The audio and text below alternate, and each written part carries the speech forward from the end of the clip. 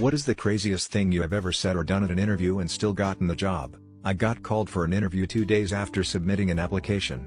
I cried after getting off the phone, because heck, I need this job and I have an interview tomorrow. For context, I was out at the beach with my niece and nephew, and it was cold water and their first time at a beach, so of course I follow them into the water because someone has to keep an eye on these troublemakers. Failed to realize the consequence of having sniffles combined with taking care of kids and a cold beach.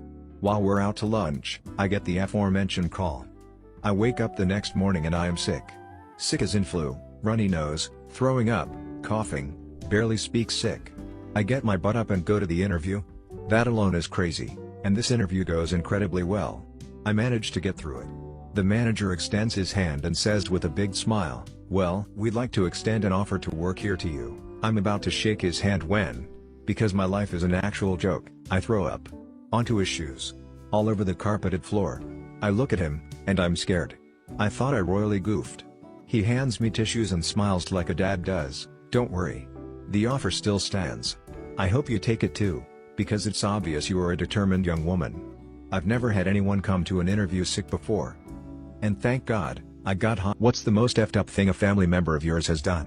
My dad's a consummate prankster. His crowning achievement in college has since become illegal in 2 states. Step 1, he and several buddies go to a Cadillac dealership at 5 o'clock on a Friday. This was before credit cards and automatic banking, by the way. Step 2, they wrote a check for the asking price of one of the shiny new models and drove off with it.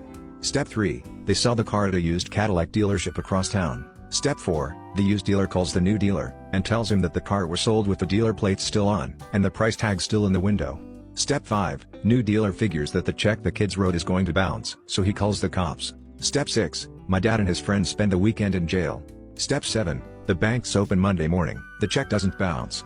Step 8, my dad and his friends sue the dealers in the state for wrongful imprisonment, and get a settlement of thousands of dollars more than the cost of the car. Basically, the plan was to seem as shady as possible and get wrongfully arrested for it. They had the lawyer set up before they bought the car. Dad used his share to pay for his and another friend's tuition for the year. Redditors from foreign countries, what's something us Americans aren't ready to hear? How you look at Florida is how the rest of the world looks at you. A lot of your favorite food brands make better versions of their products here. America often gets the short end of the stick. You all eat too much of sugar. Your fetishization of the military is a little weird. Seriously though, why is it so expensive to call an ambulance? Staying alive isn't something that should cost more than the person's net worth. Your education system is far worse than you think, and the state of your political climate proves it. The amount of food you waste is insane. The quality of your fast food is absolutely horrible compared to that of Canada's. I'm referring to the same chains, Burger King, McDonald's, etc. Building houses out of cardboard is a bad idea.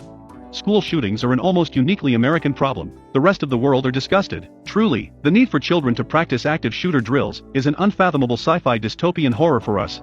Mixing different processed foods together does not make you a good cook. But the galaxy doesn't revolve around you. Yes, Africa isn't a country. You're not Italian, you're not Irish, you're just American. You're all Americans. You don't need guns to feel safe or protected. Vaccines and masks are not political. American chocolate is not remotely close as good as the chocolate the other continents have. Your tipping culture is just an excuse for companies to reduce costs and poorly pay employees. Canadians aren't super polite. We're regular polite. Y'all are just rude as fuck.